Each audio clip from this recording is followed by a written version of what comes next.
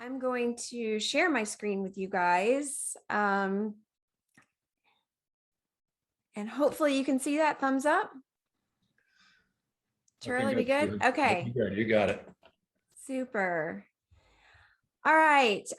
My name is Stevyn. I like to call myself the girl named Stevyn because nobody knows how to pronounce my name, and that helps people out. We can thank my dad for that one.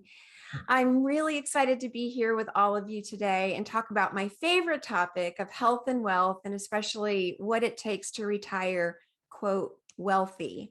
So we will be talking about that today. I do want to start off with a bit of a controversial statement. So here it is in front of you. It's no longer enough to have ample money for retirement. Make sure that your money lasts, won't get the job done anymore. Good health is a requirement for a successful retirement.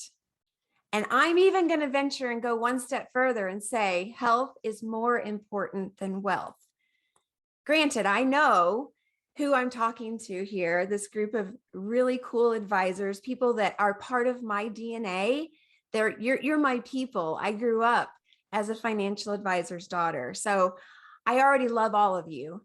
And I hate to say something that might make you say, hey, wait a minute, but it's true. And I can prove it in just a minute. So if we go back to kind of the old way of doing things, as far as just looking at the numbers and having enough money that's going to last, then the chances of you having a face in the grass moment or a die at the desk moment are pretty high, actually.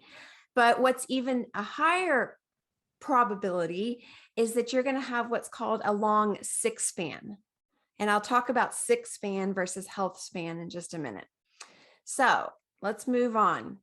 Unfortunately, many people, including advisors, don't value their health until sickness comes. I'm writing a book about this because I want you guys to be able to borrow other people's crisis moments so you don't have to have your own. This is Terrence McMahon. Stephen, let me stop you real quick. The slide has not advanced. The slide is not advanced at all? No. Okay, there we go. Now we got Terrence. There we go. Okay. Yeah. All right. Are we good? Yep. Good to go. This is Terrence McMahon. Okay. He had a really long career as a financial advisor. If you have not watched his TED Talk From Broken to Beautiful, highly, highly recommended. It's 17 minutes. I'm not going to tell you too much about it, but he basically had the epitome of the most successful financial advisor career that you can have, with 600 advisors underneath him. And then he almost died from liver failure. So watch that, please. This is a perfect example. All right, Charlie, are we advancing? Just want to make sure. We're advancing. Okay, perfect. So here's the proof. You guys are numbers people, right? You like numbers. So the number one ingredient for a happy retirement is healthcare. We're actually going to go back one here really quickly. There we go. The number one ingredient for a happy retirement is good health. This is according to an age wave study that was done with Merrill Lynch in 2014. What we also know is that the greatest retirement worry by people is healthcare, number one.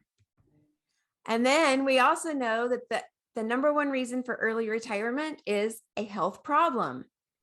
Do you guys see like a trend here? Am I the only one, or is there a trend that has to do with health over wealth?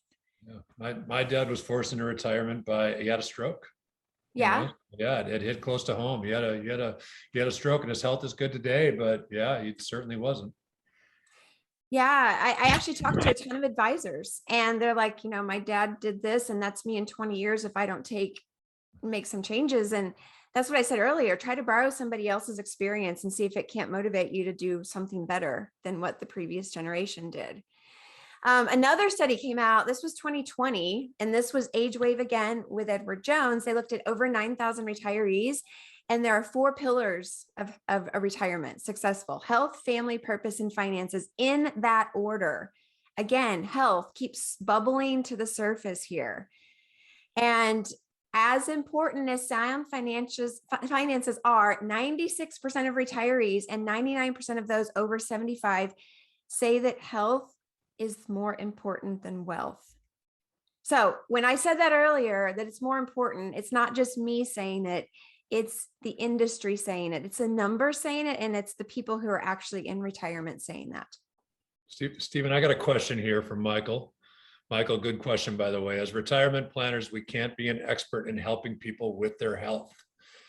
So what is our role in this? Great question. Yes, you can't. You're not the expert. You're the expert in finances, right? But I think there's two answers to that. One is awareness that it's part of the equation. And the other is to actually make yourself authentic to your own message of retirement planning and be that mentor for other people. Help them look at their finances through the lens, just put the glasses on of health, and then try to examine their finances through that. It's more of an awareness thing, not necessarily part of an expertise. Cool. Yeah. Good. All right. And real quick, I want you guys to understand that I kind of have an idea of what I'm talking about here. I'm not an advisor, but this is my dad in 1984. We moved from St. Louis down to Arkansas. He opened his new, quote, stockbroker business down in Arkansas after two previous advisors had actually failed. And I watched him hustle, put his nose down and hustle for 10 years. And he did become successful. I worked in his office when I was in college, and I've got many stories. I've got two really pivotal things that happened during that time that got me here right in front of you guys. Not going to go into that right now. I've got other videos about that. In fact, I'm presenting about that at the Balanced Advisor live event at the end of the month. So you can check it out there. But I just want you guys to know that I watched it. I was there and I saw what it took to get where you are. And advisors have a tough life because they are trying to do things for their clients to get them through this desert of retirement and to have enough gas, right? You may have heard Tom Hegna, annuities guy, talk about going through the desert. You need enough gas because there aren't any gas stations there. But the other part of that is the car itself. And the car, we're getting feedback. You're okay. It's good. Okay. And the car itself is the vehicle that gets you there. Is it just me that hears that? If anybody else has any audio, let me know. Brad says he's getting feedback as well. I don't hear it on my side, Stephen. Michael says also, let me see if maybe I can mute something.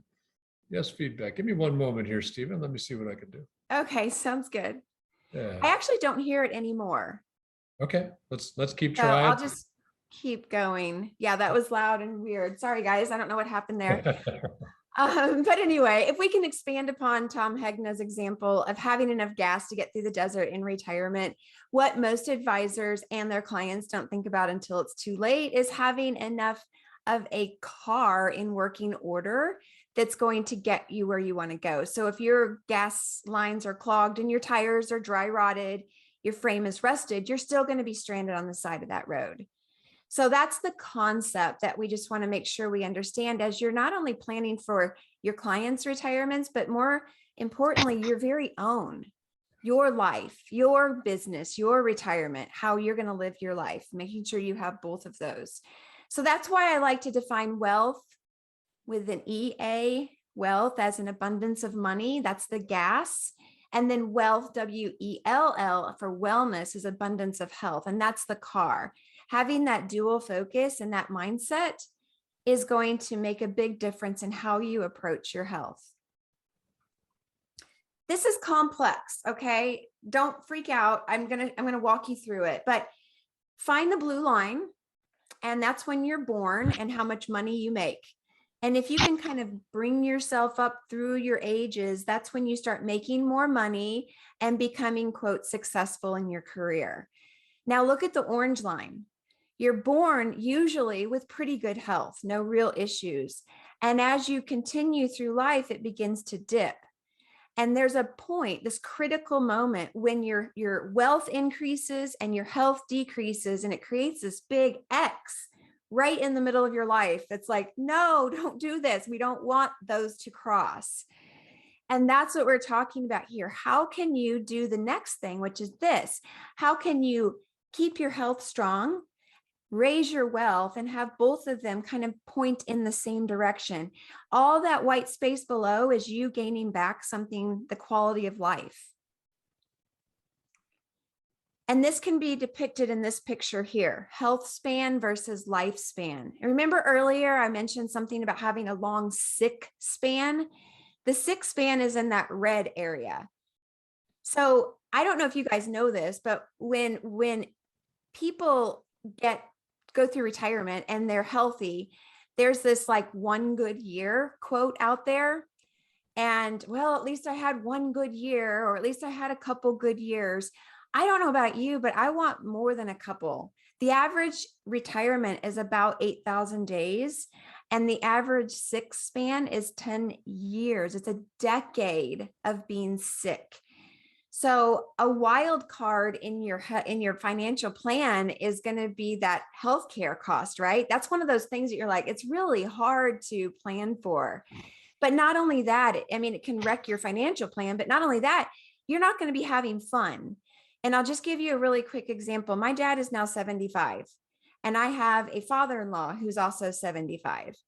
And fortunately, my dad was able to gain back his health, and he's now really fit, can chop his own wood. He beats me at pickleball. He can beat me at racquetball, fishing, golf, you name it. He still beats me. On the other side of that, same age, both retired, my father-in-law is going to dialysis 3 times a week. And he gets out of the house mostly just to go to therapy. He walks with a walker and goes to the doctor, and that's his retirement. And so when you look at insurance numbers and how long people are going to live, and you're selling those types of things, products to help them for their future, what people don't typically ask is the really important question of how long are you going to live well versus the sick time? And that's something to really contemplate in your own life as well. The next graphic I want to show you is about your risk tolerance. So when you're younger, you have more risk tolerance. You can eat 2 large pizzas, get away with it, and probably not even feel that bad the next day, right? But as you get older, you see that orange area there that like risk starts to crop in. And so your margins get smaller. You have to kind of tighten things down. And there's this red window of opportunity that if you don't do something there, then your retirement years are not going to be nearly as successful or happy. You probably have heard that old adage that a healthy person has 1,000 dreams and a sick person has only one: to be well. Is Stephen, pause on that risk profile side of you for a second. I got a question from Nancy. And obvious, but also great question. How much of the risk is genetic versus lifestyle? Oh yeah, that's a huge misconception. I talk to advisors every single day. I'm writing this book, I'm interviewing them, and I hear this very often is that, well, I have genes for this, cancer, heart disease, whatever. So I'm just going to get it. And what that means is it's probably not worth my time to do anything about it, right? So there's a doctor I follow, I'm blanking on his name. Oh, Dr. Greger. It's Dr. Greger from nutritionfacts.org. And he has this great illustration that if you can think of a loaded pistol, genetics load the gun, but lifestyle pulls the trigger. And that lifestyle is about 85% of that equation. So you have a lot of control over this. Shocking. Great question. Yeah. So what do? You're an advisor and you're like, okay, I get it. Health is really important. It's part of my retirement. I need to figure this out. What do we do? And I hear people say this to me a lot too. We help our clients plan for their future. Why not be authentic and do it for ourselves? And this is, remember those 4 pillars: health, relationships, purpose, and finance. The first two, health and finance, are almost like the I don't know, the tools to get you what you want for the other two. So they're kind of like the more important ones because you can't have the others without that. So you need to start with you first and answering those questions. And one of the things that we need to do is, did it go blank on your end as well? Yeah, just a white screen. There we go. Okay.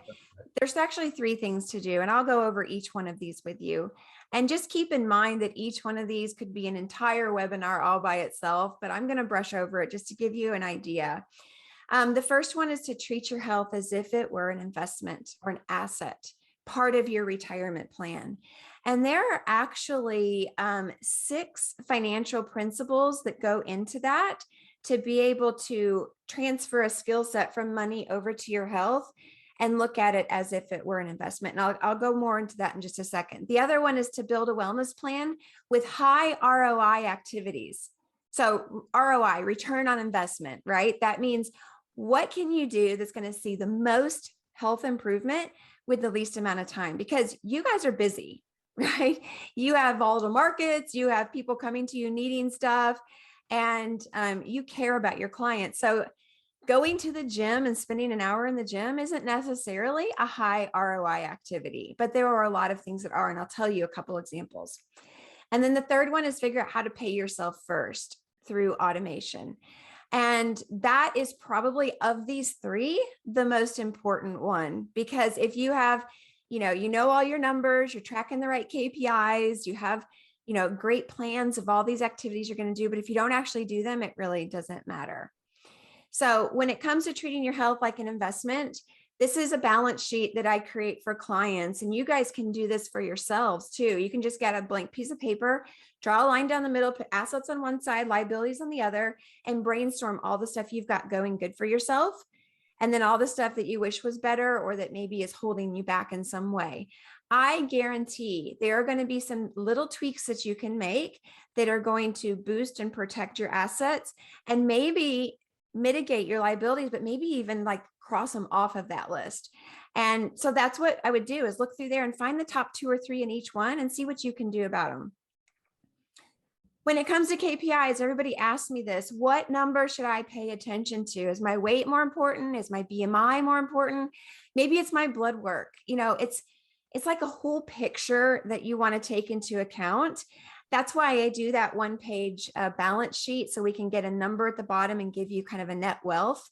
But if you're just like, I need to know where to start, on Lord of the Rings, there's one ring that rules them all. It's like the main thing. The main KPI for you to track to see how your overall health is doing is waist circumference. And just a couple of markers on that. Waist circumference for women ideally should be below 35 inches and for men below 40. But if you want to get a little bit more refined on that, take your height, divide it by your waist ratio or your waist in inches, and you'll get a ratio there. It should be below 0.5. And that's going to help you know if you're doing okay with that area. So if you tell me your waist ratio, I can pretty much know what's going on inside of your body. I like this quote just because I think it's true. A healthy body is the best financial statement. That's what's going to prepare your financial future. Let's talk about some high ROI activities. So if you think about stacking activities, right? So you're going to go for a walk. Let's just say, I need to do something. Let's go for a walk.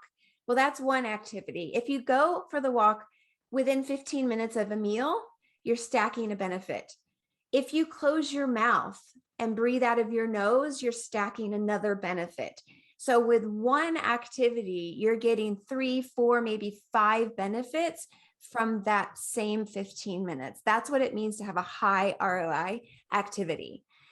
And the reason for this, I'll just briefly give you some details here. If you walk after your biggest meal, especially if you had a lot of carbohydrates in that meal, your blood sugar is going to spike because of the sugar. And if you can go for a walk, you see that little graph there, that's lesser blue line.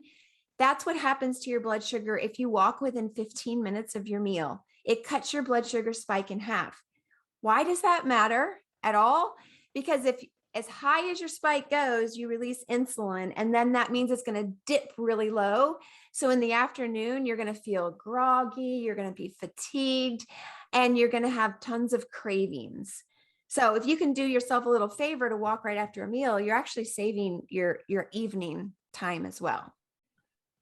Stephen, question for you. Yeah. Talk to me about the difference between, you said one of the things that you're stacking is breathing out of your nose versus your Yeah. mouth. I never heard this before. Really? Okay. Yeah, I didn't realize that, I was sitting here breathing out of my nose then because I was conscious of it. But, what's that impact? I don't understand that. Yeah, that's awesome. We're designed to breathe out of our nose and eat through our mouth. Okay. Talk out of our mouth, but breathing should typically come in through your nose, especially when sleeping and when exercising. Okay. And when you do those things, what you're doing is by breathing in your nose, that's an added immune function. It boosts your immunity because you're able to actually capture and kill some of the germs, bacteria that might be coming into your body. Think COVID protection. The other thing is nitric oxide increases, and that helps with the immunity, and it infiltrates your blood and sets off a cascade of really great physiological changes with the nitric oxide. The other thing that it does is it makes, because it's harder, right? Let's say you're going for a walk and you just close your mouth and breathe out of your nose, or maybe you break into a little run. Probably you can't keep it up as long as if you were breathing out of your mouth.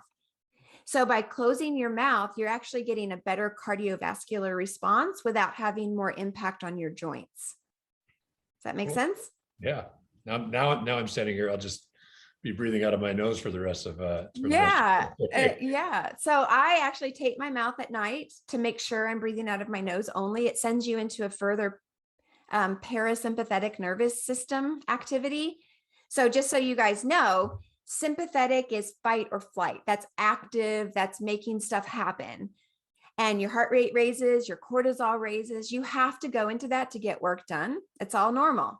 But if you stay there too much, then you're going to get chronic stress and start to break down your tissue, start to gain weight in your midsection. So what you want to do is find ways to tap into your parasympathetic, which is your rest and digest. It's your downtime. That's when your body heals. That's when your food digests, and it lowers everything: heart rate, blood pressure, cortisol, everything. So if you spend time in one, you definitely need to spend time in the other. You can't spend, all your time in one or the other. You won't get anything done, or you'll be too stressed out. With advisors, I see, if I ask them on a scale of 1 to 10, how stressed do you feel on a chronic basis? Almost every single time. Charlie, what number are they going to give me? What do you think? How stressed? I was answering a statement from Michael. Oh, okay. So they're 1 to 10 scale. They're going to say a 7. How stressed are you? Yeah. And honestly, I can say from asking that same question in a different context, it's always 7 or 8, no matter, yeah. So that. Yeah. The people who are answering like a 9 or a 10, they're the ones who are hiring therapists. They're on medications. They're really looking for a new job. They're really feeling the crunch and the pressure. Yeah. But people think it's okay to just kind of survive at like a 7 or an 8. And you might be able to, because you're a go-getter, you're a professional, you can make it happen and get things done, but you shouldn't. Like there should be ways to kind of reduce that into more the 5, and breathing through your nose is one of those. Cool. Any other questions about that one? That's awesome. No, Cool. Wealth of knowledge. Thank you. Yeah, no worries. And then the third one, again, this is really complex. Don't freak out over it. It's not something you need to know, but is to figure out how to automate your day and pay yourself first. It's the same thing with finance, right? You can have a great plan, but if you have to actually go and deposit every time, it's not going to happen. Automate. This is what I call the flight plan. There are 4 times of day that have to be reworked to automate it so health happens. Automated activities are not going to the gym. Going to the gym is not bad. It's just not an automated activity. Automated means it happens every day, no matter what, like brushing your teeth. It just does. And the first one is the first hour you're awake. You want to put some high ROI activities in there. The second one is the last, well, in this order, the second one is your your work and feeding meals and meal routines. That's number 2 and 3. And then your fourth one is the last hour that you're awake. So those 4 times of the day, if we can make a few strategic tweaks in those times, your health happens automatically. And you're like, wow, I don't even really feel like I'm doing that much. How is this happening? And it's a pretty cool feeling. So that's the automate and pay yourself first. Stephen, let me Yeah. pause you for a second. I want to just call out, and I don't know if that it said that the message went to everyone, from your friend Michael Ball. If people on, if attendees, the people attending our webinar didn't see it, Michael said he's known you for about 10 months and that you have absolutely changed his life. So I just want to make sure that Yes. Hi, our Michael. audience sees that. Yeah. He's been amazing. I always joke that he's my dream client. Hasn't set foot in a gym and is making all these massive changes and seeing great results. So Echo.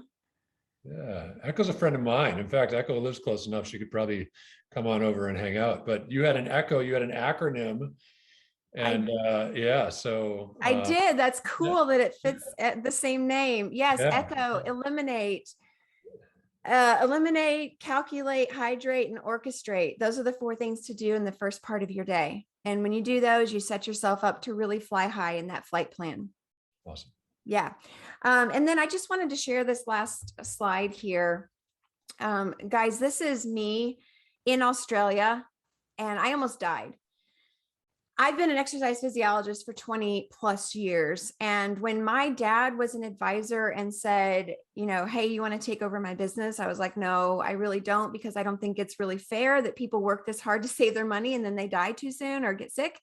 So I went back and I became an exercise physiologist, and I thought exercise was the answer for 2 decades.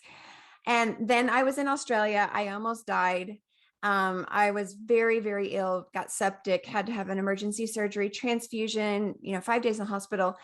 And that's when my own health spiraled out of control. Before that moment, I was 42. Before that moment, I'd always been able to keep tabs on it pretty well. After that moment, it was a new body. And some of you find yourself in that place. I used to be an athlete. I used to do this. It used to be easy. Your body is not always the same. And just like whenever you have a financial plan and you tell your clients when you get married or have kids or go through a retirement, you really need to come in and take another look at your retirement plan, your finances. The same is true for your health, because what worked in the past doesn't work in the future. You're a new you a lot, many times throughout your life. And so my question to you, just to ponder on your own, is to what type of life am I going to gift my time? Your time is the greatest gift that you have. And I would say that of the people I've interviewed and the clients that I work with, most of them, until we start working together, don't think about their health in a given day. It doesn't cross their mind, except maybe guilt. I shouldn't do that. Oh, what am I going to do? Oh, my weight's too high, something like that. But there's not a proactive, I wonder what's going on, or awareness or curiosity. And so like you would check your balance in your bank account or open up your 401k statement and know what's going on, know that your time, your health, and all of that is the fertilizer that's going to build the other pillars of your life. And start just being aware of it. And Michael, since you mentioned on, you commented on here, you'll be very familiar with this idea, is that awareness is step 1. Be aware of what you're actually doing. And then step 2 is curiosity. I wonder why I do that bad thing that I shouldn't do. Or I wonder what it would be like to do blah, blah, blah. This something good thing that you've never tried before. Simply by becoming aware and posing questions to your own subconscious brain is going to start the work of you actually being able to get out of the health rut that you might be in. So that's where I'd like to leave it. I do want to give you guys a gift. Maybe if I can see it, if you go to growwellthy.com/retire, And there's a little place you can put in your information. And I've got a PDF that I created that's got these graphics in it that you can have. So I'll send, it'll just be an automatic thing. It'll come to you and you can use it for your clients to start conversations. It's 4 conversation starters with some of these graphics, and that might help you, might help them. And I just want to make sure you have these resources available to you. But Charlie, I'd like to go ahead and open it up for questions.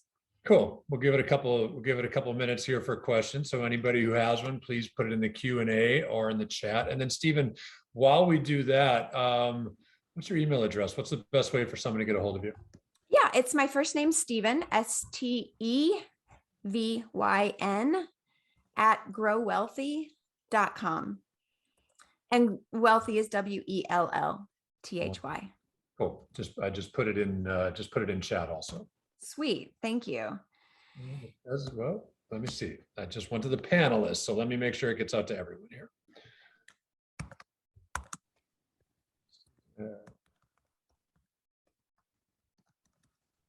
Okay, excellent. And then the website, growwellthy.com. Put that in there as well. Yep, growwellthy.com. And if they want that free PDF, go to /retire, and that'll get that to them too. Wonderful, cool. Yeah. Well, so we've got kind of a theme going here, and it was accidental, honestly. So last month, my good friend Dr. Jack Singer, and Stephen, I don't know if you know Jack. If you don't, I'll make an introduction. He's a wonderful guy. I do not. So Jack's a world-renowned psychologist. He's got a couple more decades than you and I have in experience.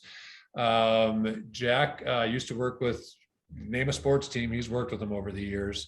But in 2008, he was contacted by a big firm to come and help. 2008 was a rough time for a lot of people. Come and work with with their team of advisors. So yeah. we've really, I try to bring on a guest a minimum of once a month, because I can preach about marketing and content and lead management systems and LinkedIn and all this other stuff. But I want to bring some more value to the network that we're building here at Social Advisors. And there's like this wellness theme that just seems to be happening organically, which I think is absolutely great. So I want to thank you for taking the time. I'm going to take just a couple of minutes, and for those people who are here that maybe I haven't met before, tell you just a little bit about Social Advisors. So let me see if I can't pop open my PowerPoint and share my screen real quick here. Oh, Stephen, would you do me a favor on the right-hand side where it says panelists? Would you make me the host again? We're plugging a little piece of software for those people who are using LinkedIn for content marketing. That's been pretty highly successful. So. Okay, you should be good. All right, very cool. So let me share my screen, and then we'll just got a couple of quick little slides. Put that on presentation mode. There we go. Cool. So this is the cool graphic that Eric on my team built. So even thank you for being here. So at Social Advisors, we run smart automation for financial advisors. And what that means is we help automate business development systems. Now there's a wellness spin to this too, where if you implement good systems in business development, those are systems that will attract people to your business and identify for you automatically who is paying attention to your communication, who's visiting your website, who's interacting with your email, who's interacting with your social media content. So in a world where it's really easy through LinkedIn or advertising to build a huge network of professionals that get into your ecosystem, just like Stephen and I are doing with LinkedIn, and I think we've got about 20,000 email addresses as a result of all that effort. We've got automation that helps us identify within those 20,000 people who's paying attention to our message so that we know who to reach out to directly. So we implement those systems for advisors. Now, if you're doing content marketing, first off, LinkedIn, I'll tell you a couple quick little stats here. Content is so important for nurturing those relationships and building trust and rapport. LinkedIn has 9 billion content views weekly. That's global. Within the US and Canada, it's about 3 billion views weekly. That's 12 billion views of content on LinkedIn every month in the US and Canada. 2% of the LinkedIn network is getting all of those views. That's a shocking number, right? I mean, it's like 2% of their network is sharing content. 98% are either non-existent or just, voyeurs on there. So if you're not already sharing content on LinkedIn, start sharing content on LinkedIn. One little piece of advice for the content you share: create content that's designed to be consumed right on the platform. So a lot of your firm's pre-approved content, a lot of the third-party vendors that provide content in our industry provide links back to your website, or maybe a Forbes article, or a US News article or something like that. Those links are driving traffic away from LinkedIn, and they don't want people leaving the platform. There's much of their revenue is built off of advertising sales. So they want to retain eyeballs for those ad sales. Now, we work with 5 other agencies globally, 1 in Australia, actually, Stephen, 2 in the UK, and 3 in the US. There's 6 of us total. We've built a great platform called Post Party to help you get the most exposure for the content you share on LinkedIn. And I want to give you 30 days free. So if you go to socialpostparty.com and you enter the promo code 30 days free, you'll get access to the software for 30 days. After that, it's only $99 a month, and there's no commitment to it. Here's how Post Party works. We run 8 post parties a week. There's 3 on Monday, 3 on Wednesday, 2 on Friday. You take advantage of as many or as few as you want to. When you register for a post party, you make your post on LinkedIn. You're going to simply copy the link to that post, the URL. You put it in the post party software, and it sends that to 15 people who are also participating in that post party. At the same time, you get 15 links. Now, we know that getting interaction on your content in the first couple hours after you post it is the most significant activity to drive the visibility of that content much larger in your network. And so you've got a 2-hour window, you've got to interact with 15 posts, you've got 15 people returning that favor to you. And that helps. Honestly, the minimum I see is a 5x on the audience that sees your content. If you use that, I have seen posts do 25x. I mean, it's really significant. Once it catches on, if people keep commenting, LinkedIn's going to keep showing it to people. So that's my plug for the day. So nothing hard hitting there. This is Stevyn's show. And then I did want to make my contact information available too for anybody that wants to get on the calendar or give a call or whatever the case may be. Check out the website. So Stevyn, it is so awesome to have you here. Thank you so much for inviting me. I really enjoy talking about this. I could talk all day. And we'd I'm bore happy everybody at some point. I'm happy to answer any questions. If you guys want to pop a message to me on LinkedIn, I'm there a ton. I'm happy to answer any questions you might have about your own health, any questions about the seminar. Just use me as a resource. Yeah, very cool. And you're a wonderful resource. Thank you again for all that information. I'm going to find myself walking around with my mouth shut, and I'm going to convince my wife we need to take a walk within 15 minutes of dinner. So right. Yes, I learned a lot here too. And awesome. I did the math, and I'm a tiny little bit over that 0.5 of my height on my waist. So 74 inches, 38 inches around the waist. I got a little bit of work to do. Well, see, it's all about trends. You need three data points to create a trend. So every quarter, check it, make a few tweaks, check it. And eventually it's, like there's the compounding effect in money. It's the same. I'm going to make a graphic. I haven't done this yet, but imagine there's you, and you make one small little change over 10 years, right? And you end up here, and then you just keep sliding and don't make any changes. Look at the health discrepancy over a decade. Yeah. It's massive. And so people going and like having to do CrossFit and go keto and all this crazy stuff, add it on if you want, but like do the small stuff that really adds up. Yeah. We did get 1 second here. Troy, we can work together. Troy said he could lose a couple too. So maybe Troy and I can put a challenge together for each other. That's very cool, Stevyn. Well, we'll get a recording out to everybody so they can reference it. That'll come tomorrow or Thursday. And great to have you, Stevyn. And I just want to say thank you to everybody who took some precious time out of their day to spend it with us. Thanks, everybody. See you, Stevyn. Bye-bye.